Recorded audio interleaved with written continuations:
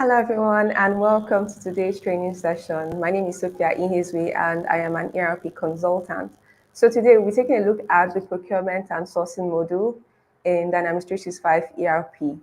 But before we get started, let's quickly take a look at the learning agenda planned out for today. So today, first of all, we'll have an overview of procurement and sourcing. Then we'll look at vendor master. Then we'll take a look at purchase requisition. Then we'll go ahead and look at request for quotation. And finally, we'll be discussing purchase order. So let's start. So what is procurement and sourcing? Now, procurement and sourcing is basically a module in Dynamics 365 supply chain management that just covers all the steps involved from, purchasing a product and service to finally processing payment to the vendor. It's just a model that helps you manage all the steps from initially identifying the need for a product. Like an employee might decide, okay, I need laptops to perform my job, to finally, procuring that product, sending it for approval, selecting the vendor you want and procuring that product, to finally paying that vendor. So from this illustration we see below, this just shows us the entire procure to pay process, starting off first with a purchase requisition, just like I explained earlier, which is just an internal request by an employee for the procurement of an item which he or she probably needs to work, or something in the office that needs to be, bought. And then this purchase requisition is then sent for approval, right? Then after the approval process, it's then a request for quotation is then sent out following the approval of purchase requisition to a number of vendors to get who has the best price for that item that the employee wants to procure. Now, from that request for quotation, the vendors respond with their quotation, talking about their pricing and also their specification of that item. And then once that is done, the company then from this quotation selects the best vendor that it deemed fit to be able to give them the best bargain for that item. And then subsequently, a purchase order is created. Now, the purchase order now authorizes the vendor to supply the item.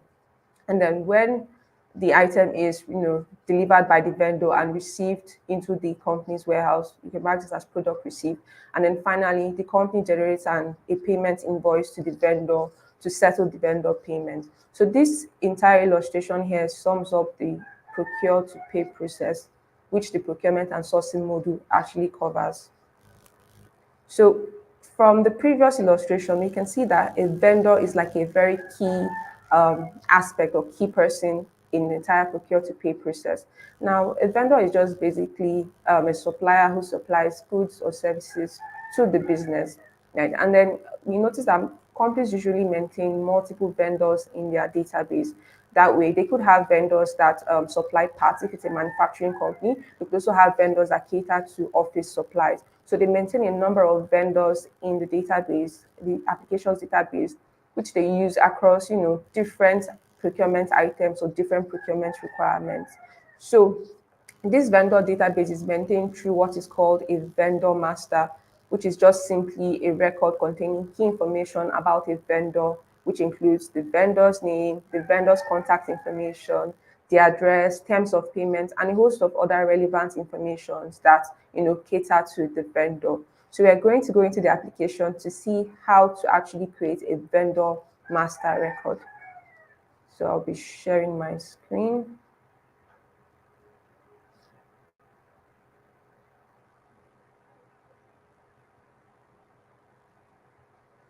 Okay, so we are in my Dynamics 365 Finance and Operations environment. So we navigate to here, modules, click on modules, and navigate down to procurement and sourcing. Then I click on the procurement and sourcing module. And you can collapse this so you can have a proper view of the elements here. Then we see vendors. So we drop down on vendors and click on all vendors. So here we just click on the new button at the action bar.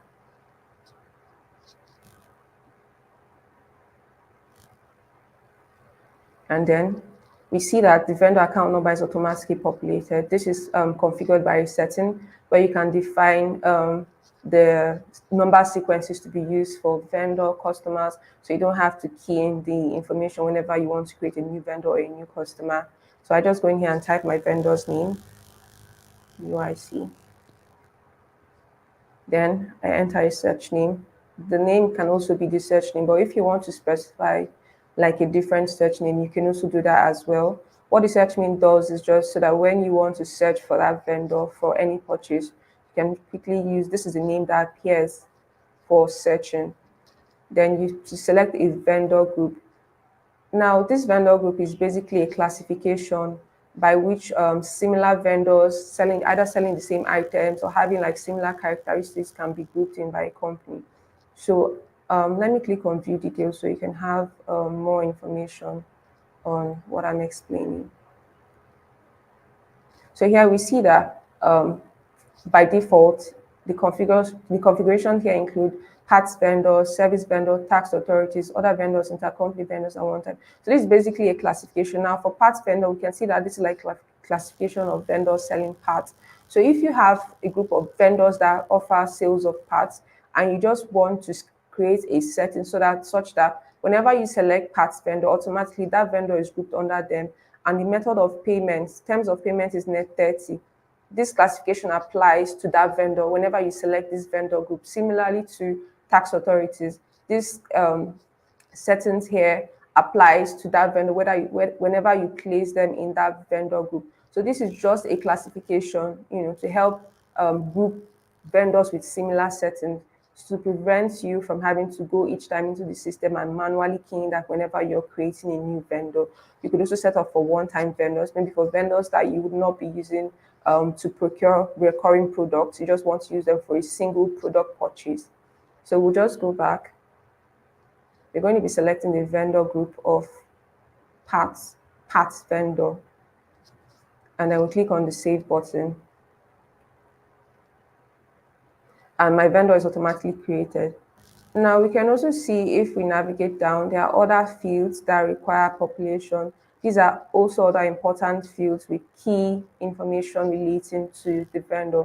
For instance, the vendor address.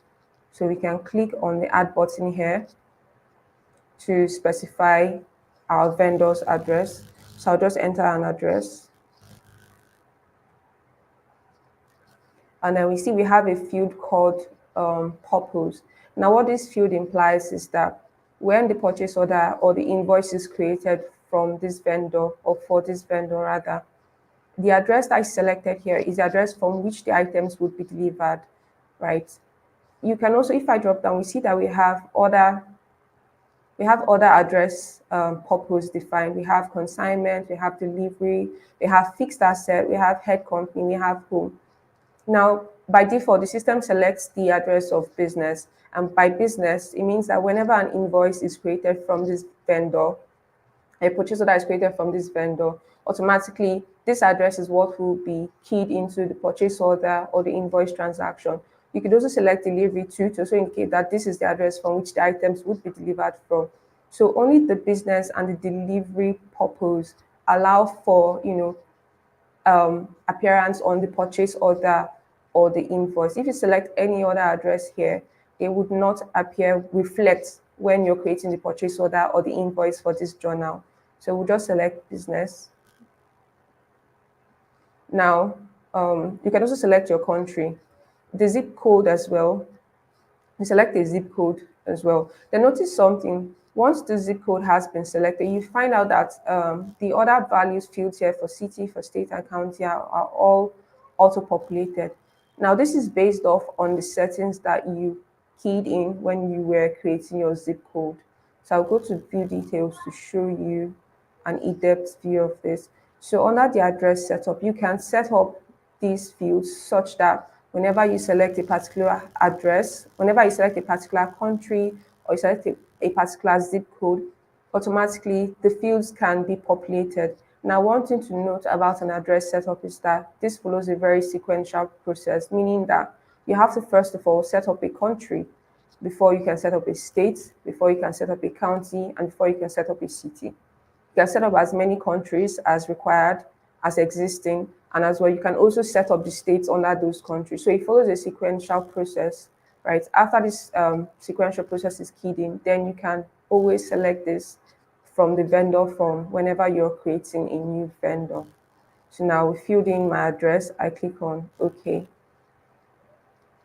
Now, I can create as many addresses as I want. However, one thing to note is that even if you add like 5 addresses here, only one address is marked as the primary address. The system identifies that address as the primary address for this vendor.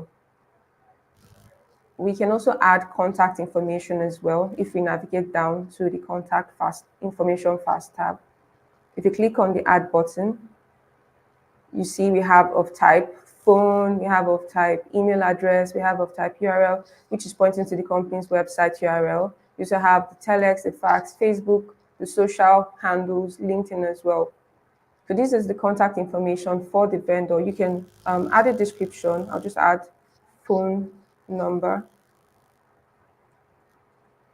And then I can enter a contact, a phone number by which the vendor can be contacted. And then I can mark this as primary. Now, I can create more, I could add more phone numbers here. But one thing to note is that only one phone number can be marked as a primary phone number, which the system will take into consideration when creating transactions. I could also add an email address as well. Select email address.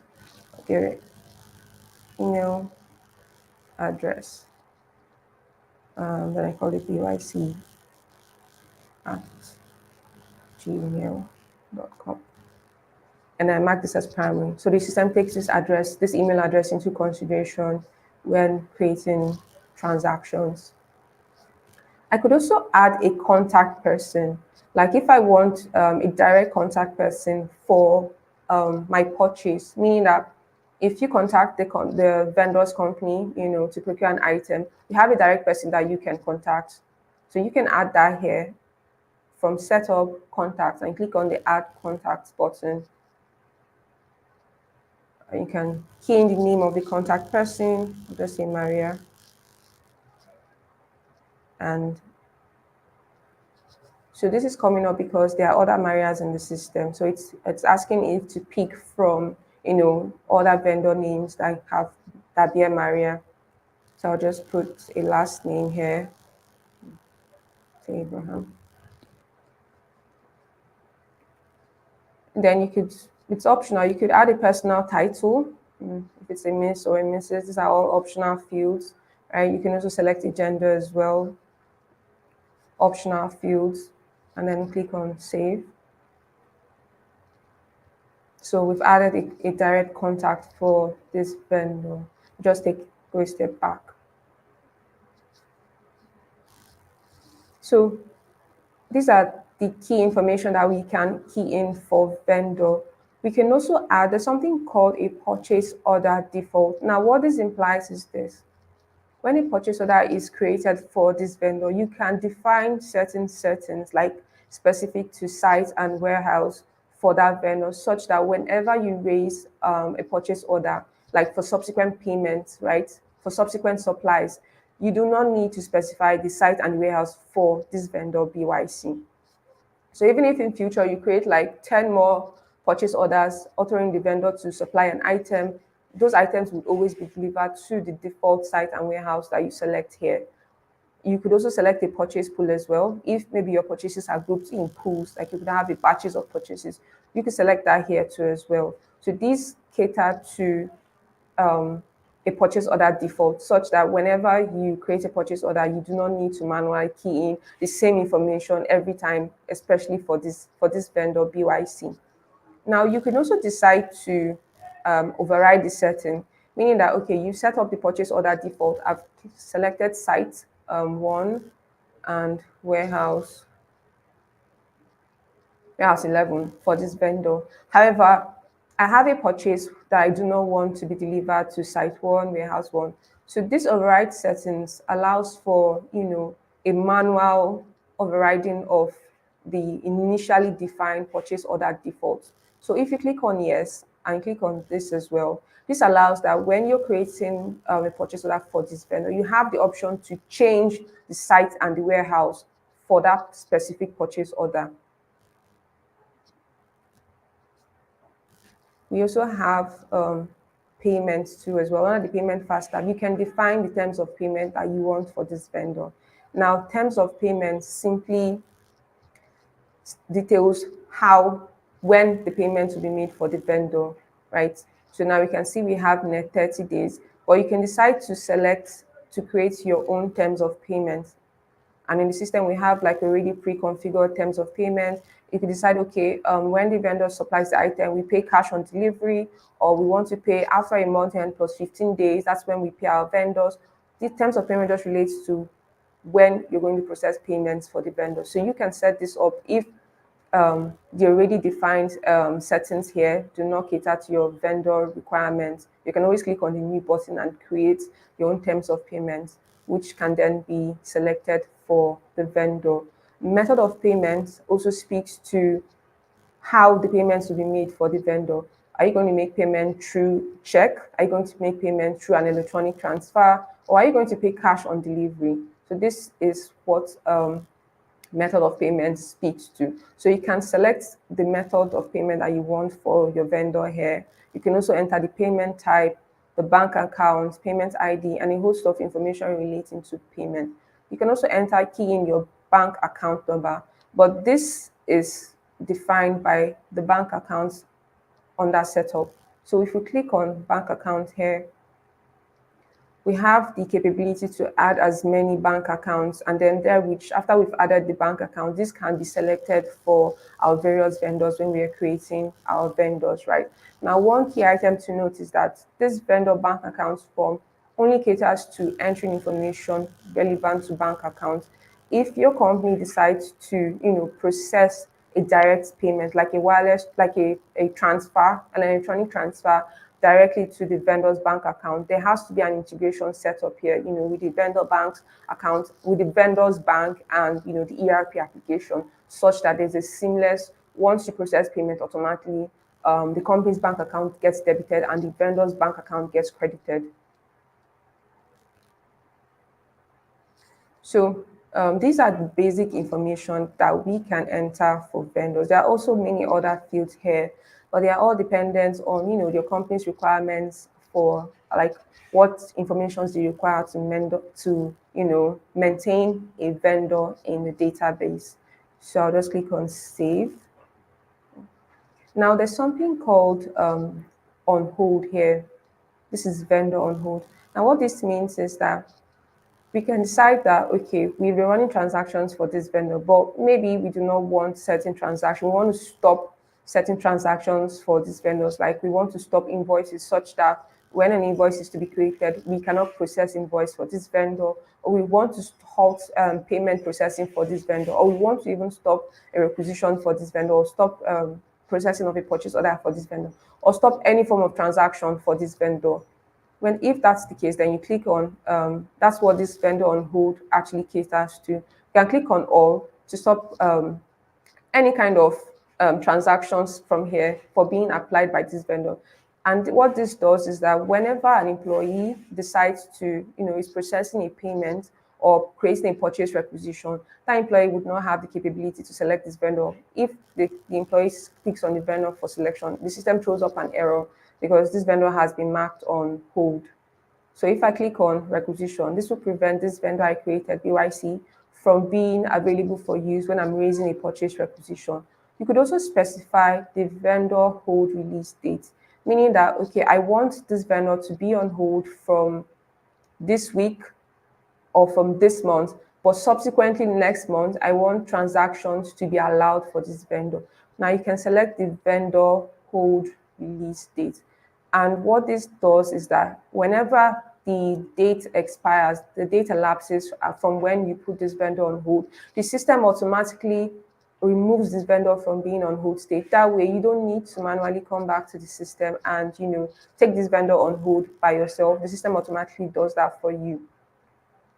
Now, we also have the option to, let me select again. We have an option for reason as well. And what this reason does is you can state the reason why you're placing this vendor on hold. You see the reason code here. You can select the reason as to why you want to place the vendor on hold. You could also click on apply hold in all legal entities. Now, what this does is this. At my right-hand corner here, we see that we are in the company USMF. That's the current company I'm in. But you might have multiple companies in your environment, multiple legal entities, like I do. I'll just click on it now so you can see this in view. These are multiple legal entities. Now, I don't want this vendor to be available for use across all these legal entities. So when I place the vendor on hold and I select apply hold in all legal entities, no matter the legal entity from which the employee is accessing the application, the employee will not be able to select this vendor for hold until I come back and I take this vendor from hold of her. Right. So this is just the basic settings as to how you can, set a vendor on hold. Let me just show you an example and I click on OK. You'd see a notification that the vendor hold set to no for this vendor, right? Let me say pick invoice instead. So I can see that vendor hold has been set for, this vendor BYC. And I can always go back and, take the vendor off hold and set this to no so that the vendor is no longer on hold. And I click on OK. And now the vendor hold will be set to no. This is the notification that you get showing that you can now make use of this vendor for your transactions. Okay, so let's go back to our slides.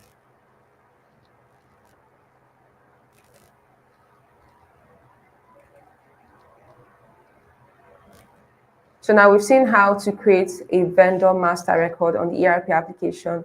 So we'll be moving on to talk about purchase requisition. Now, in simple terms, a purchase requisition is just an internal request document, right?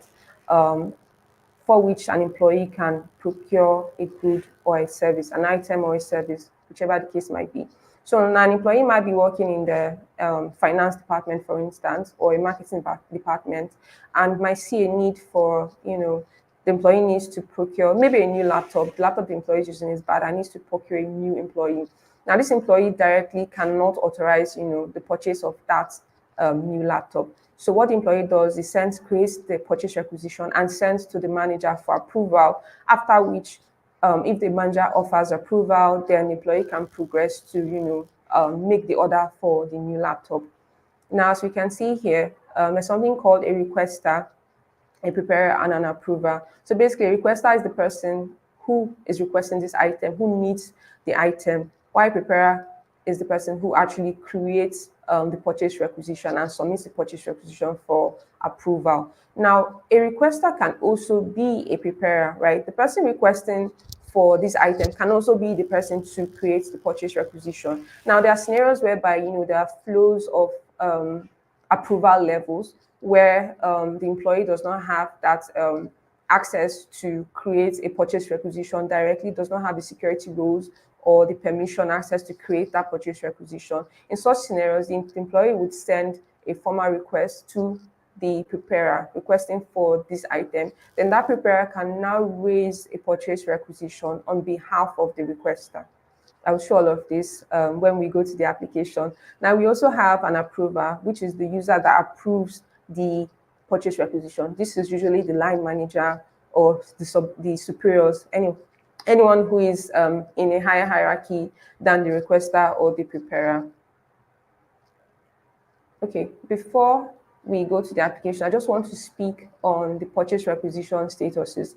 Now, we can have a purchase requisition in draft state. That's once the employee creates the purchase requisition, it will first be in a draft state. So once that purchase requisition is sent for approval, then the status changes to in review, meaning that it's waiting for the manager to approve this purchase requisition. Now, the manager can decide to either reject or approve the purchase requisition. If the manager rejects the purchase requisition, the status changes to rejected.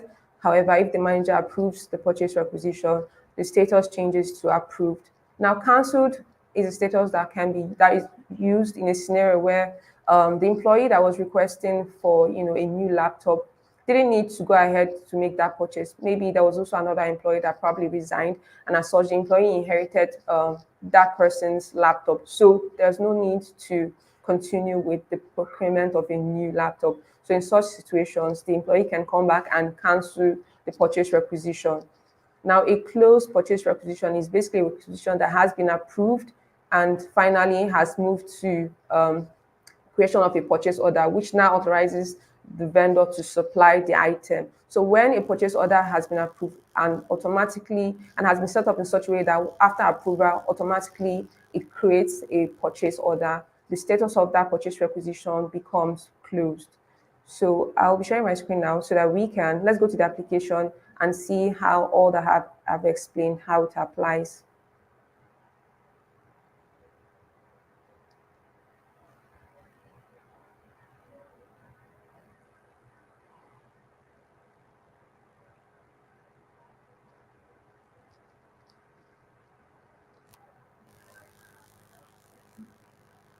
Okay, so we navigate to our modules and we drop down to procurement and sourcing. We click on procurement and sourcing, and then we click on purchase requisition here. You can collapse this so you can have a better view, but we drop down on purchase requisition and select all purchase requisitions. Now we click on the new button to create a new purchase requisition. So I can name this purchase requisition for office items,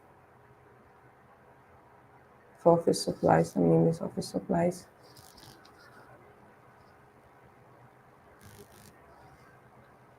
And then I can click on the requested date can be the accounting date. This is fine as is. And then I click on OK. So now we see the preparer, which is my admin user, Julia Funebach, is the preparer of this purchase requisition, right? So now we can add a line. An adding line means adding the product items that need to be procured. So we click on the add line button. And now this is what I was explaining, the requester. Now the requester can still be myself if I am the one who needs this item that needs to be procured, or I can request on behalf of another employee, like Kevin Cook here. You can decide to request on behalf of another employee. Now, before you can select the employee to request on behalf, there is a setting called, I'll duplicate this tab just to show the setting. I'm going to duplicate this tab. The setting called Purchase Requisition Permissions, where you can go and define, grant permissions as to, the employees that you can create on behalf of. So we go down to Procurement and Sourcing, drop down on Setup, and drop down on Policies, and then we click on Purchase Requisition Permissions. So now here you can define for an employee who that employee can actually request on behalf of. So I'm going to just select my username or filter for my admin user, Julia, and select her. So now I can see the people she can request on behalf of.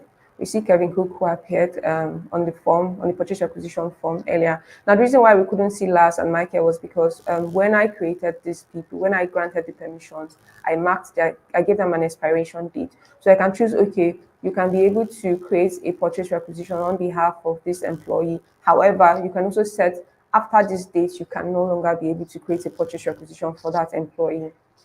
So you can set an expiration date for that. But I want to show how to add, a new employee that I can request on behalf of. So I'll click on the add button and enter the employee's name. And I'll just select this employee.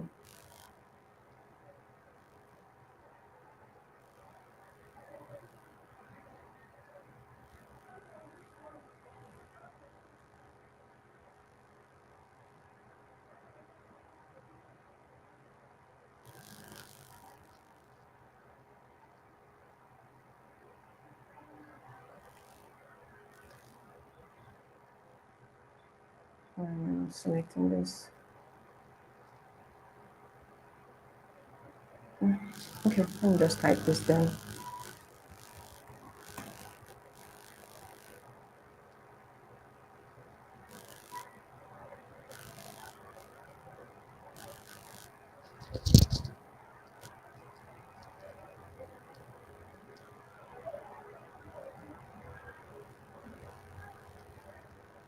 Okay, so the employee has been selected now.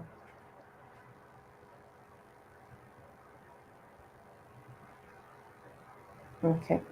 So an employee has been selected. Now, so now this employee has, now I can be able to, raise a purchase requisition on behalf of Benjamin Martin. I could also decide, okay, after so and so date, I should not have the access to do that, but not me. The admin, the system admin will be the one to, create all these settings, right? So now I've shown how to do that. You can click on the save button and then I would navigate back.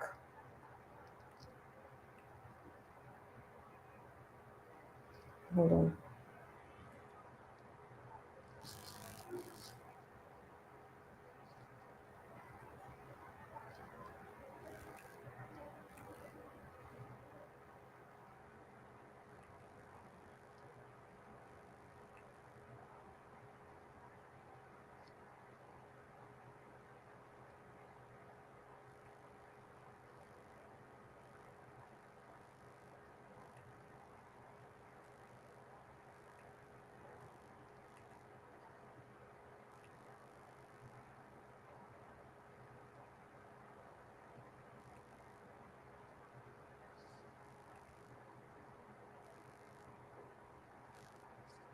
Let me refresh this page.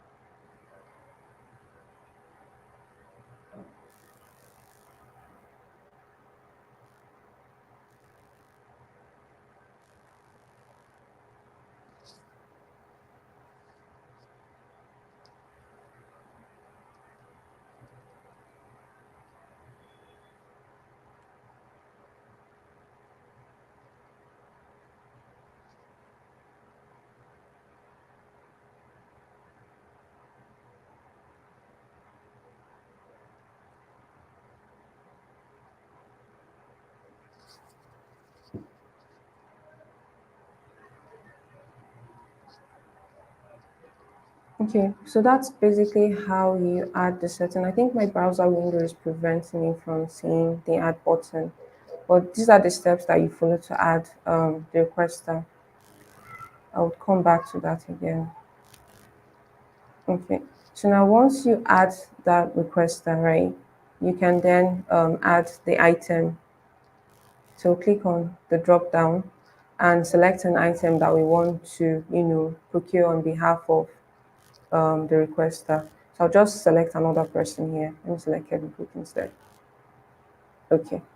So now I can select an item for that I want to procure. So I want to procure Microsoft Natural Keyboard. That's the name of the product. So I'll just select the item number. And we can see that it falls under the category of computers. So you have to set up the categories for items to be procured. Procurement category is just another classification for the products that can be procured in your application. And this has to be set up for you to be able to create a purchase requisition. So now we see that the product already has an amount defined, and this product has a vendor, tied to it, meaning that this is like a recurring purchase, and we've been making use of this vendor for supplies of this keyboard, and the vendor supplies this keyboard at the price of $39.95.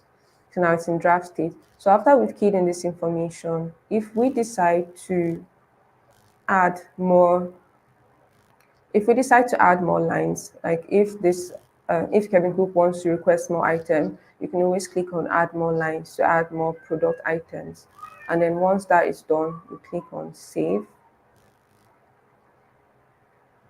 And then we see we have this workflow active. So you have to send this purchase requisition for approval, which is a major aspect in the creation of purchase requisition. There must always be a workflow step attached to it. So I would send this for approval, click on the submit button.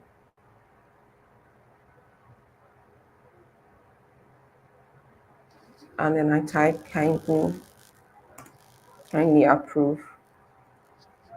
and click on submit. Now, notice that my status has changed to in review, meaning I have sent this purchase requisition for approval to my line manager. Now, something to bear in mind is that the buying legal entity would always be the company of the requester and not the preparer, because it's assumed that you are raising this, the preparer is raising this purchase requisition on behalf of someone else. So the person who actually requests the item is in that person's company that will be the buying legal entity. And also, when this purchase requisition is sent out for approval, it's actually sent to the requester's manager and not the preparer's line manager, because it is the requester that is the one actually requesting for the procurement of this item.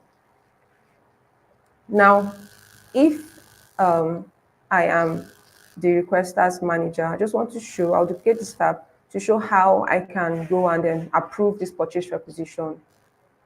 In this case, in this scenario, I have the capabilities to actually, approve the purchase requisition because of how I set up the workflow.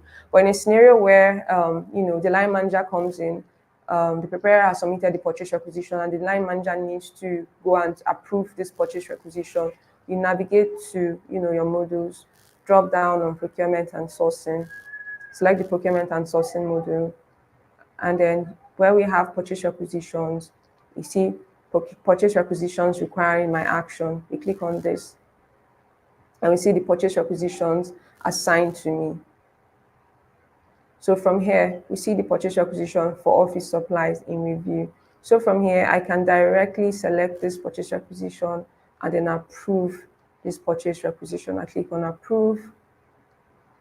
I enter a comment, approved.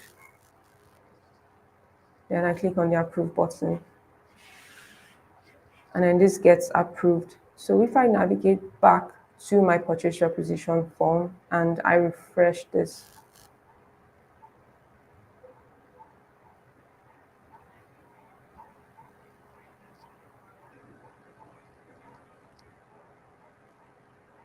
let me refresh from the URL.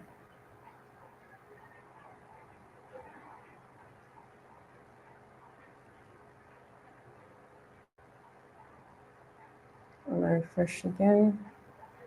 We now see it's approved. The status has changed to approved because my purchase requisition has now been approved. If I refresh again, it now changes to closed. Now, what this closed means is that a purchase order has automatically been created for this purchase requisition. Now, if we go to the related information, you can easily navigate to this by just clicking on the information button here, and I scroll down, I would see the purchase order that has been created from this purchase requisition. I can decide to click in here directly, to see details of the purchase order. Let's click in and see.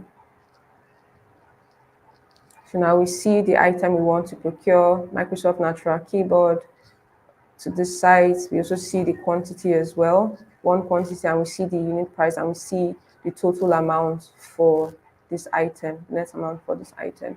Now that is how to create a purchase requisition. So let's navigate back to our slide. I've just shown how to create a purchase requisition. So now,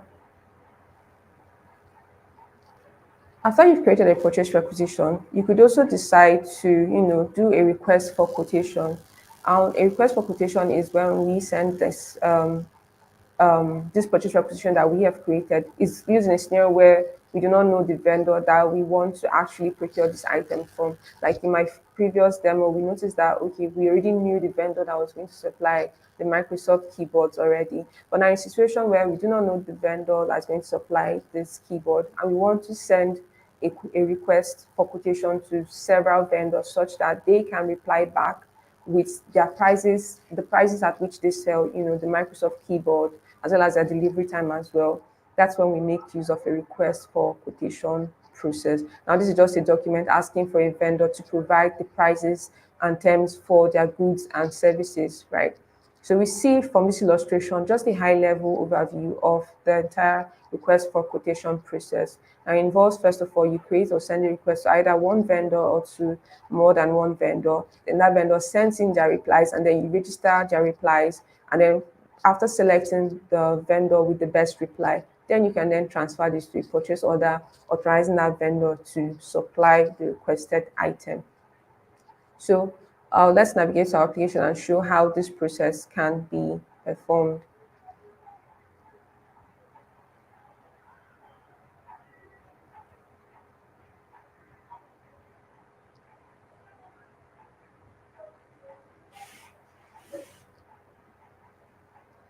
Okay, so as usual, a request for quotation also starts with a purchase requisition, because before you can request for that item from a vendor, you need to first of all send a purchase requisition internally to your company to know to get the approval required to even send out this request for that item to various vendors. So we're going to start with, first off, by creating a purchase requisition. By you first navigate to modules and then go to procurement and sourcing module. Click on procurement and sourcing module, and then we click on all purchase requisitions, and then we click on the new button to create a new purchase requisition. So I'll just call this office items. You can name it, you can give it whatever name depending on the item you want to procure. I'll just call this office items. I want to raise a purchase requisition for office items, and then I click on OK. So now, in this scenario, I do not know the vendor. I want to raise a purchase requisition for a touchpad as well as office lights, and I don't know the vendor that would give me the best bargain. So I'll go to my purchase requisition lines and click on Add Products in order to add the product. So now this is the procurement categories I was referring to. These are categorizations of items, but this is setup. You could have workplace services. You could also have office machines. This is the default setup in the system. But usually companies modify this to tailor it to, their procurement categorizations. Like it could be a manufacturing company where they have, categorizations of raw materials, maybe liquid materials or solid materials, depending. It could also be a company that also a vehicle manufacturing company as well, where you have suppliers that provide engine oil. You also have suppliers that provide office parts as well. So you can categorize those products into this grouping. That way you can easily select which product, what categorization does that item that you want to procure, what categorization it falls under. So now I can select, you see, this is me, the requester. I'm the one requesting for myself.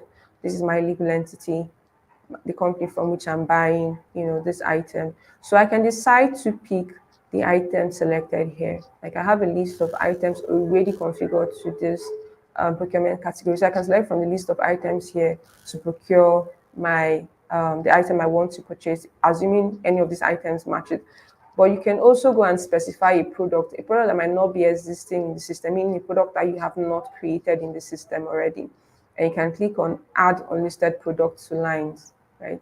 So I can enter a product name. I want to procure office ring lights. Let's say office ring lights. I specify the unit. We use each unit of each, and I click on OK. So now I'm putting this under this category of office equipment and accessories. Let me start again. Office ring light, and then I select each as a unit, and I click on OK. And I've specified that this falls under this category, office equipment and accessories. So you see my ring light here as a product created. So I click on OK to add this product to my purchase requisition line, and I click on OK.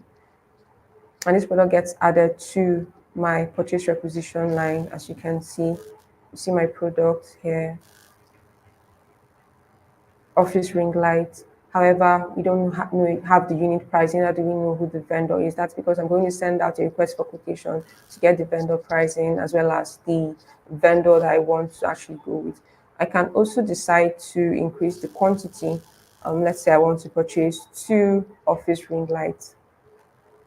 I can also add another product. Let me add another product. I also want to purchase.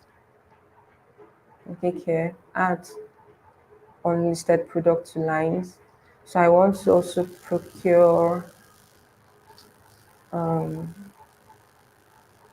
say a mouse pad. Also want to procure a mouse pad as well. And then you need to specify your units each, and you click on OK. And you go over here, add lines to purchase requisition, and you click on OK. Now this also adds the line to the purchase requisition. So I have my two lines here added. So I click on the save button, save this purchase requisition. Observe that this is still in draft state, right? So now I submit this purchase requisition for approval.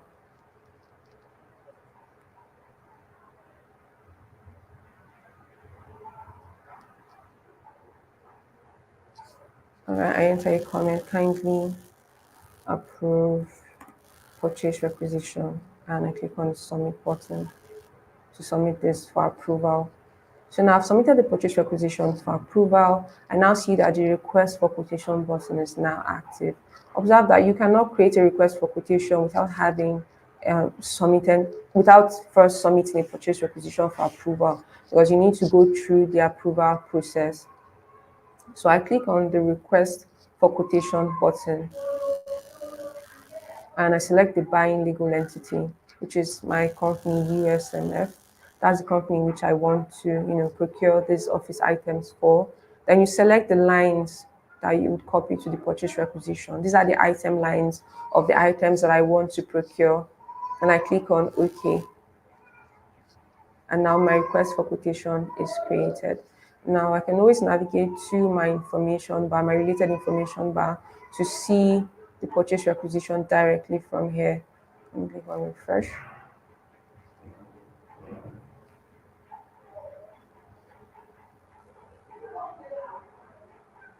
Now see my request for quotation is documented here. I could decide to view the request for quotation directly from here, or I could navigate back to my modules and go to, request. Let me collapse this and go to request for quotation, or request for quotation, or open request for quotations, and then you see that here. You see my request for quotation here already. Okay, so now I've created my request for quotation, right? I open my request for quotation. Now I need to enter the vendors I want to send my request for quotation to. The vendors I want them to, send the quotation as to, what is their pricing for office ring lights, as well as what is their pricing for, mouse pad as well. So once you click on into the quotation, the request for quotation, you click on the header. You see header here, and then we navigate downwards to where we have vendor, and here we can add our vendors. So we're going to add the vendors that we want to send this request to. I'll just select the vendor account. Then we go with Acme Office Supplies. I would also select add another vendor account as well, because I want to send my request to two vendors to know who would give me the best price for the items I want to procure.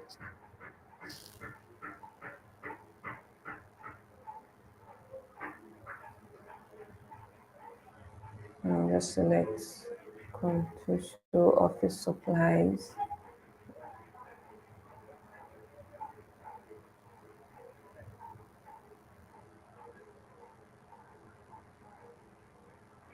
You can also search for, can filter for the vendor's name as well. Contains Quotation.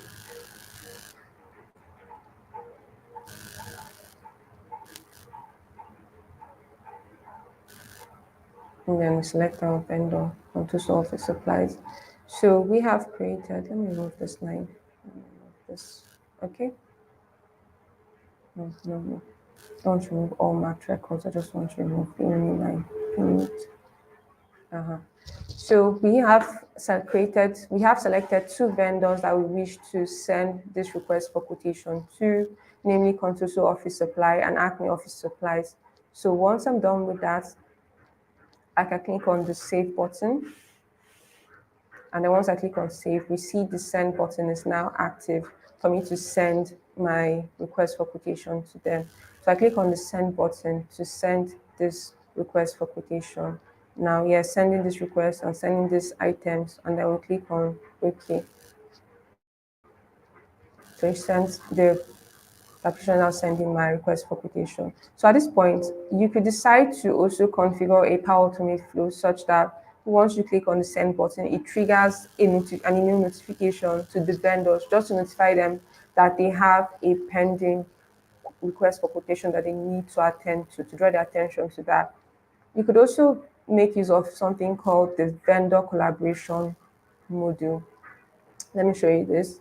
Though we won't be going in depth in that because that's another setting on this one. So we have the vendor collaboration. So once you set up the vendor collaboration portal, right, this enables vendors to directly access your vendor collaboration portal and reply directly to your request for quotation on your application. So basically, they have access to a section of your ERP application where they can directly respond to bids and reply to requests for quotation.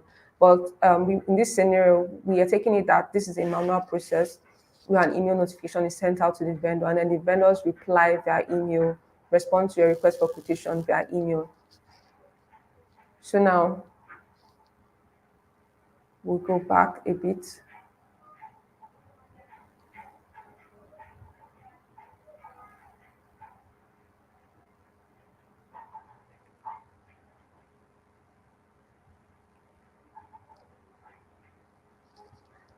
So we see that our request for quotation has been sent. As we can see from the status here, we see it sent, and we also see that the purchase type is purchase requisition, meaning that this request for quotation was coming from a purchase requisition. Now we can select our request for quotation. That's when the vendor has sent in their replies. We select this and we click on replies. When we have replies, we click on manage replies. Let's say the vendor has now responded to your by email to your request for quotation, and they've answered with their prices for the mouse pad as well as the office ring light. So we now have to enter the replies manually into the system. So we select the first vendor. Let's select this one first. Contour Office Supply. They've responded to my request and with their prices. So at the action pane here, we click on the edit button and we click on edit RFQ reply to add their response here to the pricing.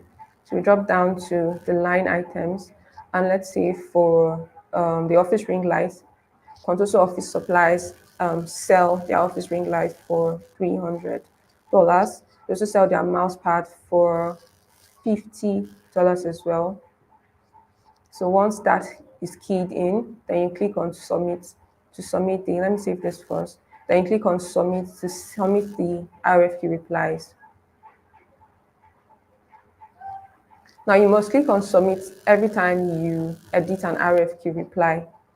So we're going to do the same for Acme Office Supplies as well. Click on reply. Sorry, we click on the edit button and we click on edit RFQ reply as well.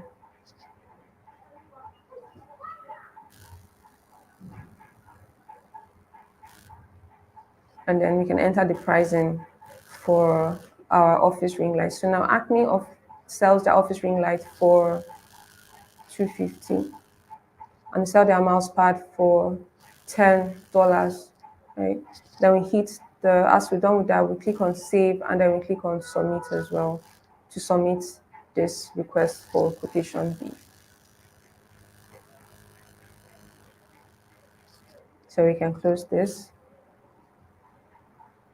and then we can go backwards a bit, go back to where we have the view on the RFQ. So let me refresh this.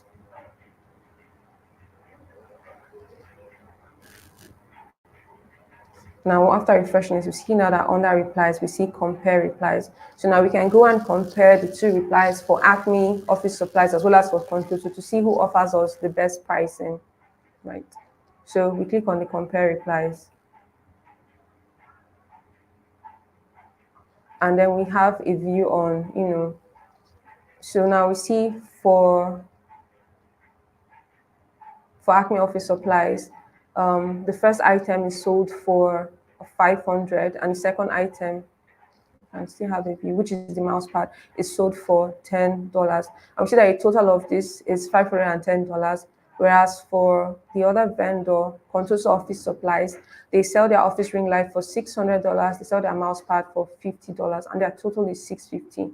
So from this view, we can see that the vendor that has a cheaper price is actually the first vendor, which is who is the Acme Office Supplies vendor. So we can just click on header to select this vendor. Now, once you click on header, automatically the vendor lines, the item lines are automatically selected. Now, there could also be scenarios whereby a vendor offers one item cheaper and another vendor offers at the second item. If you're preparing more than one item, offers the second item at a cheaper price. So in that scenario, you don't need to select header. What you do is you now select the lines. You select the cheaper line of the first vendor and you select the other cheaper line of the second vendor as you select the lines instead of the header. Now, one thing to note is that once you select a line, what it means is that when you're creating it, when the purchase order is being created from this purchase requisition, from this request for quotation rather, multiple purchase orders will be created because now they are catering to two different vendors. So however, when a single vendor is used to procure multiple items, one single purchase order will be created with multiple lines of products. So just to keep this scenario very simple and not to complicate things, we'll just select the header, go with one vendor that's offering a better bargain of, the items we want to procure. So once we selected the header, automatically the lines are selected. Then we click on the on accept button at the top to accept this request for quotation. So the system pops up a confirmation accepting request for quotation, and I click on OK to accept this. Also, once you accept one request for quotation, the system will also automatically pop up, another notification for the second one, asking rejecting this request for quotation. Yes, we're rejecting this one, and we click on OK to reject the quotation of the second vendor. Now, once that has been rejected, we see that the system only leaves the request for quotation that has been accepted, the vendor that we're working with. So all rejected lines are taken off. So now we can navigate back to our purchase requisition. So we're going to go back to our purchase requisition, which is where we started from when we were actually creating this request for quotation. So just navigate back to our purchase requisition. So let's navigate back there. So you can see this is the purchase requisition that we are working with. So now we can see that on this purchase requisition, now automatically the lines have been filled in. When we created this purchase requisition, we didn't specify a vendor, neither did we specify like a product amount, a product cost, a unit price for the product. But now after you've selected the vendor that you're working with through the request for quotation process, whatever vendor that you select and who you have accepted their bid is automatically keyed in, is automatically reflected on the purchase requisition. Now we can see we're going with Acme Office Supplies at this price, and this is the total, the unit price for the office ring lights. Now we can now send this purchase requisition for approval. We can now go and then approve this purchase requisition, such that a purchase order will now be created and sent to this vendor to authorize them to go ahead to supply the items that we want to procure. So click on approve, and then we'll refresh this. Refresh this at the top.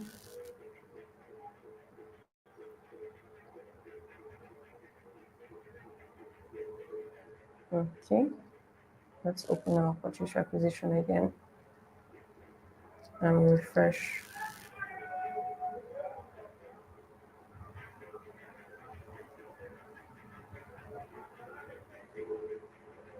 Just refresh again.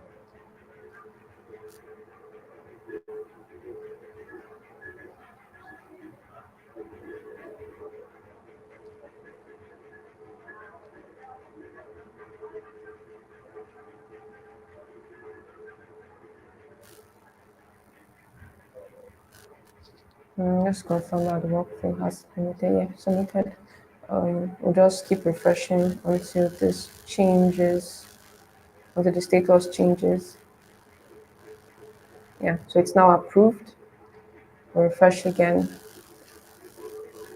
So that the purchase order can be automatically created. And now we see that the status has now changed to closed, meaning that the purchase order has now been automatically created from our purchase requisition. So we see the flow of procurement starting first with a purchase requisition, moving to a request for quotation, and then to the purchase order. So now let's go back to our slides so that we can discuss on purchase order itself.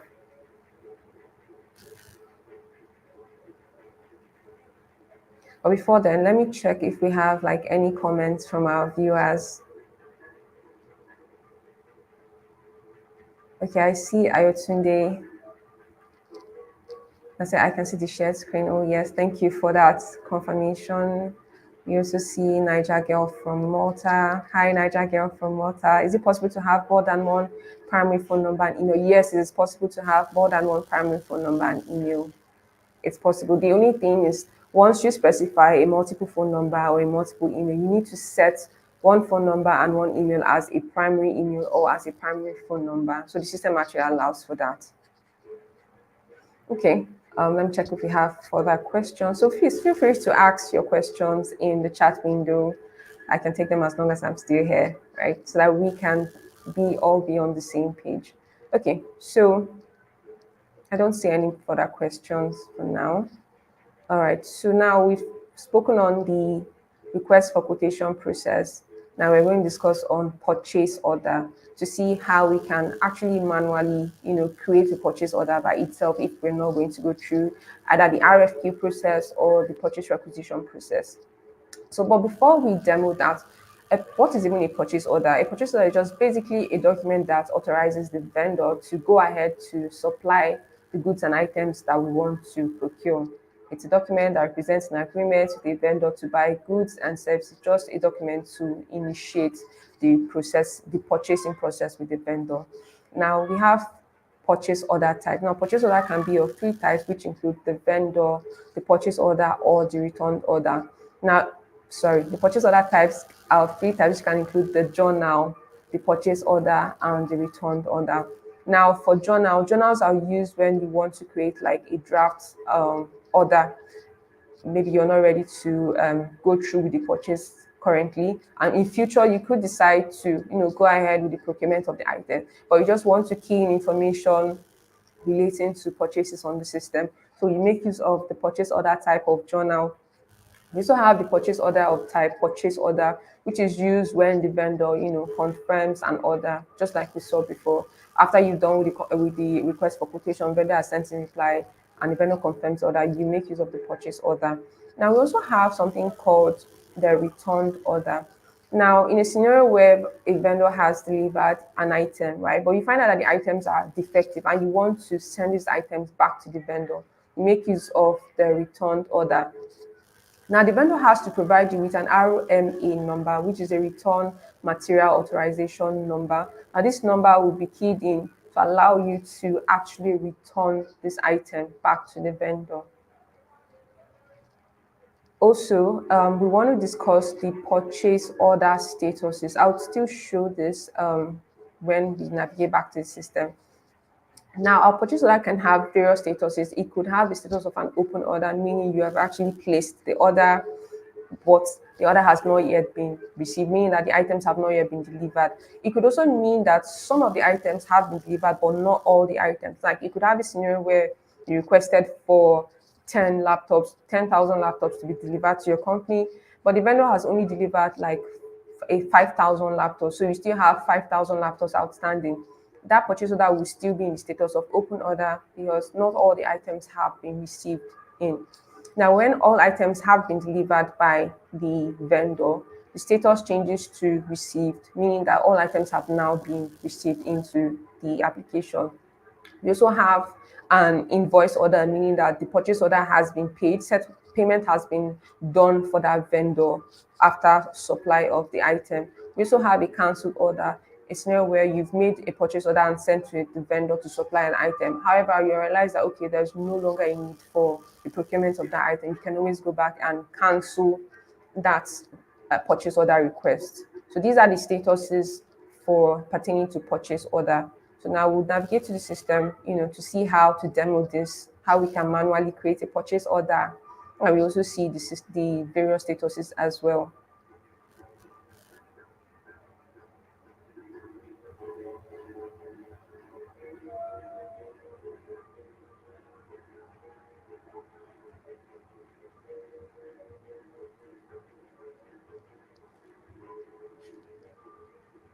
Okay, so just refresh my. Okay, so now we navigate to our modules and we drop down on procurement and sourcing module. You select the procurement and sourcing module, you collapse this, and now you can see purchase orders. So you drop down on purchase orders and click on all purchase orders. So we click on the new button. But before we click on the new button, I just want to show the statuses that I explained earlier. We see the various statuses on this list view of all purchase order. You see the received status, meaning that all items have been received. You also see the invoice, meaning that payment has been processed for the items that the vendor has sent in. You also see the status of cancelled, meaning that halfway through the process, we cancelled the order, meaning we do not want the vendor to progress with the delivery or supply of that item. We also see open order, which is twofold. One, the item has not yet been delivered at all, so the order is still very much open, or the item has been delivered but not been delivered completely. Then we also see the approval status. Now, this is used for workflows. Like if you have an approval workflow for your purchase order, I mean, once it is created, you need to first send it for approval. Once it's approved, the status will be approved. And then when you have confirmed that approved order, then the status now changes to confirmed. You can also see that on the first glance, purchase order contains, you see the vendor name, the purchase order type as well, because these are for purchase order. If this was a return order, you would also see that as well to reflect here. Or if that was the journal created, it would also reflect here as a purchase order type of journal. So those are the least, at a glance information on purchase order. So let's go ahead and create a new purchase order. We click on the new button,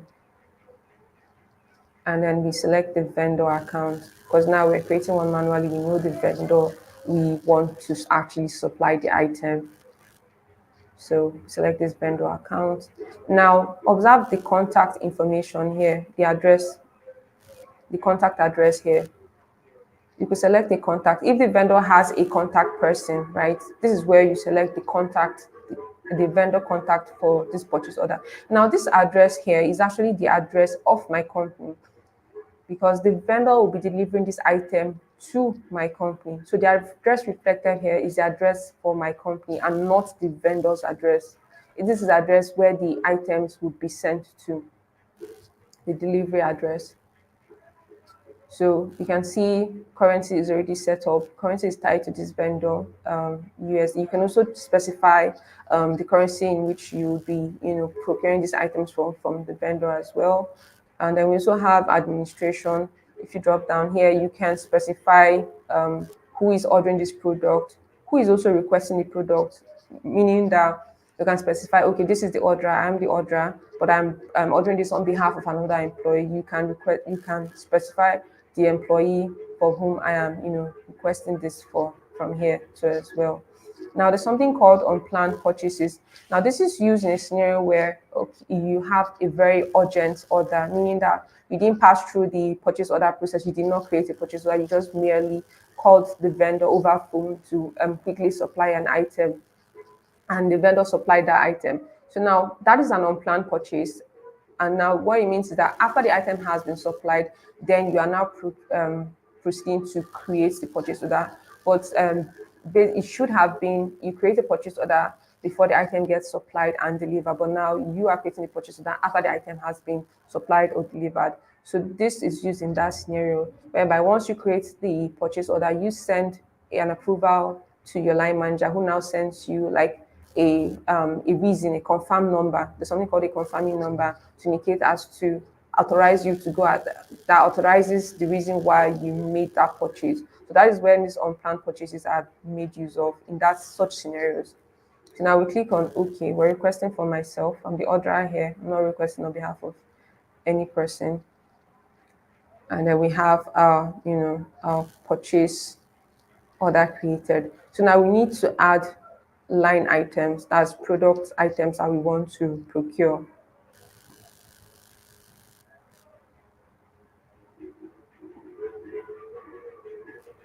This one. And then we can add the item number. If you know the item number for the product you want to procure, as also when you drop down on the number, you can also see a list of items for you to select from. So I'll just select one. I want to procure a Surface Pro 128 gigabytes. Then I can specify the site to where I want this item to be, delivered to.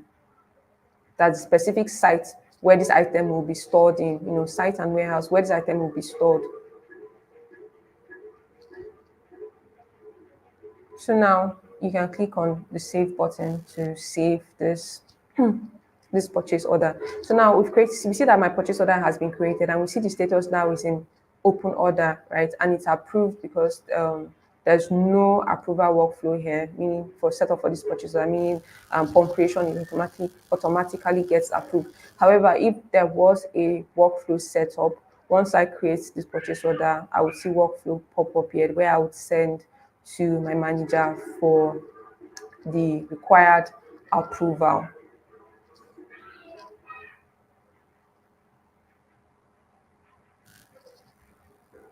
So now I want to specify the quantity. I want to specify the quantities of this item that I want to receive. So I want to receive five units of this Surface Pro item. And we see that the unit price per one item is $899. So once you update the quantity, the total price also gets updated as well, right? Now there's something called receive now. Now what this implies is the vendor has, let me click on say, the vendor has delivered the item.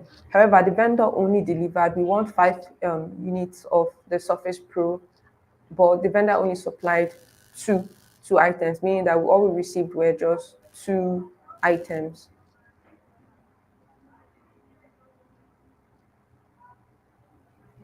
So I'm going to show you how to, confirm this order as well as how to receive the order. So we see it's in an approved status, right? So we go to our purchase.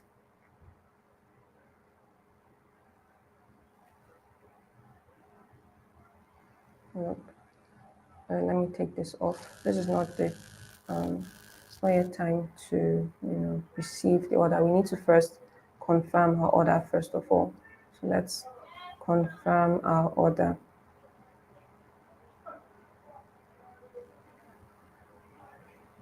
Navigate back a bit.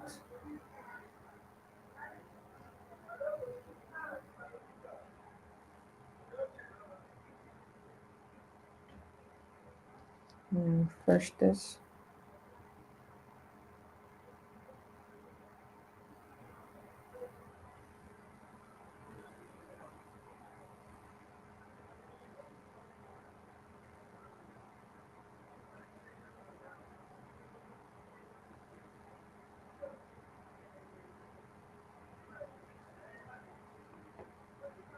Okay, so now under purchase, we see confirmation and we see confirm. So we have to first confirm our order, and once the vendor has, confirmed, confirmation is basically sending out this the purchase order to our vendor, authorizing them now to supply the laptops that we want to purchase.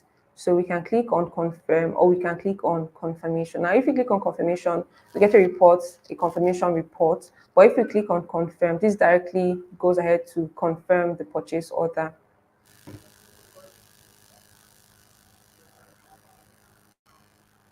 So see, our purchase order has now been confirmed.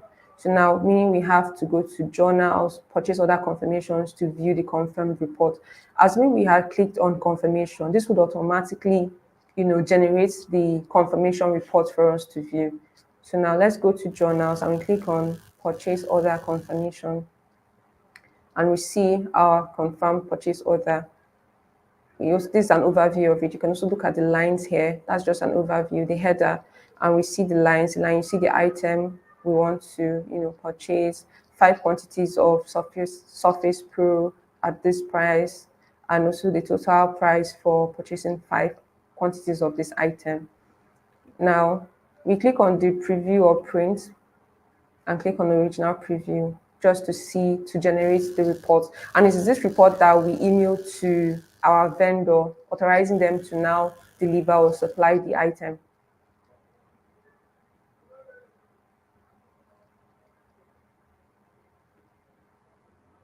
So we can view our purchase order report here. So this is it.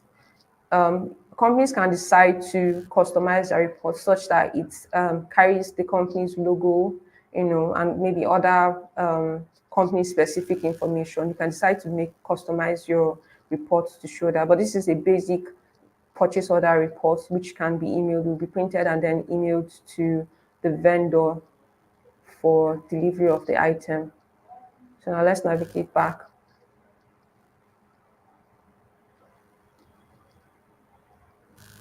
So in a scenario where the vendor has delivered like 2 items, we requested for 5 quantities of Surface Pro. However, the vendor just provided 2 items. So now we click on the receipt now and enter 2.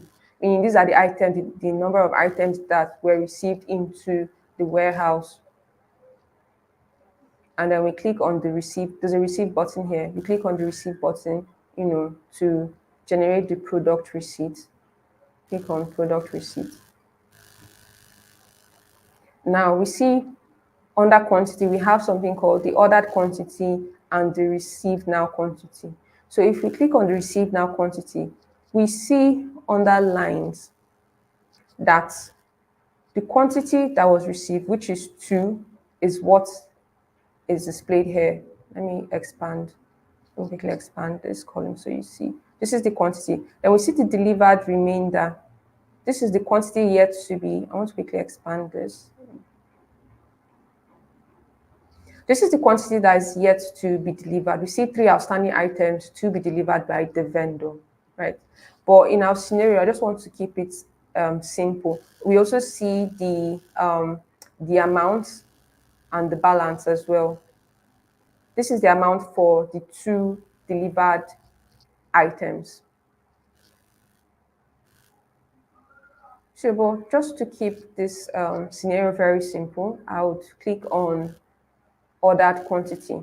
That I want to receive all my ordered quantity. It has been delivered already. The vendor delivered 5 quantities of the laptop Pro, which were the 5 quantities that I ordered. So now once I select quantity, ordered quantity, you now see under lines that all the quantity is 5. There is no delivery remainder, meaning that all the items that were requested for have been delivered. So we click on OK to post the product receipt. Okay, number not specified. So you have to actually key in a product receipt number automatically. You key in a product receipt number manually. So let me key in a product receipt number. And now I click on OK. So now my product receipt is being posted.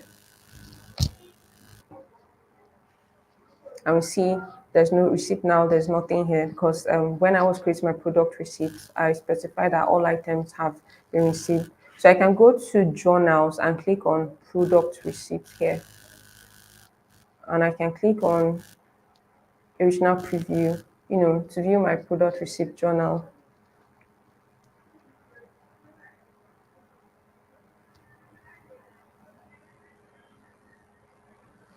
And see, this is my product receipt journal. So this is basically the step that is taken to create a purchase order. Now, in order to pay this purchase order, to process payment, the procurement and sourcing module needs to be configured to the general ledger, which is a finance module, in order to track the financial impact of this purchase order.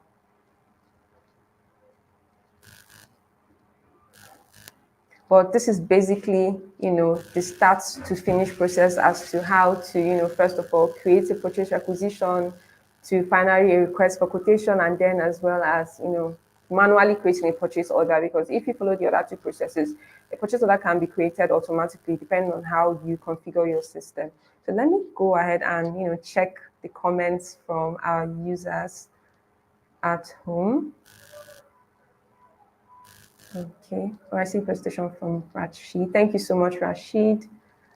Definitely, there'll be more of this training. This is just a first cohort for supply chain management, but we're definitely going to have like subsequent cohorts where we, teach other work streams, like the going depth on the finance work stream, the HR work stream, project management and accounting as well. All the work streams under finance and operations application. But thank you very much. Thank you to Elijah. Thank you so much for your comments. And okay, I was hoping we could use the purchase requisition already accepted. Yes, so for purchase, I was hoping we use the purchase requisition already accepted. Yes, we did that. I showed how to, use the purchase requisition that we already accepted, but it was an automatic process. Right. So now you can configure a purchasing policy such that when you automatically, approve a purchase requisition, it automatically creates a purchase order that can be set up under purchasing policies. But I also wanted to show how to also manually create a purchase order as well. So Rebecca says, are you able to set up email notifications for purchase order requests? Yes, you can set up email notifications. However, you'll be making use of a feature called Power Automate, right? You can use that to set up an email notification for your purchase orders. That way, it can also trigger a notification to your vendors, when you need them to respond to your purchase order. Okay, so thank you so much, everyone, for being part of today's training session. I really hope you had a very knowledgeable experience and you're able to apply the steps that were taught today in your procure to pay process. This is actually the last session for our supply chain management cohort. However, just like I explained, there will definitely be future cohorts on our, Dynamics community where we teach, other work streams in Dynamics 365 finance and operations application. So till I see you in our next training cohort, I would say have a wonderful day and have a good one. Bye.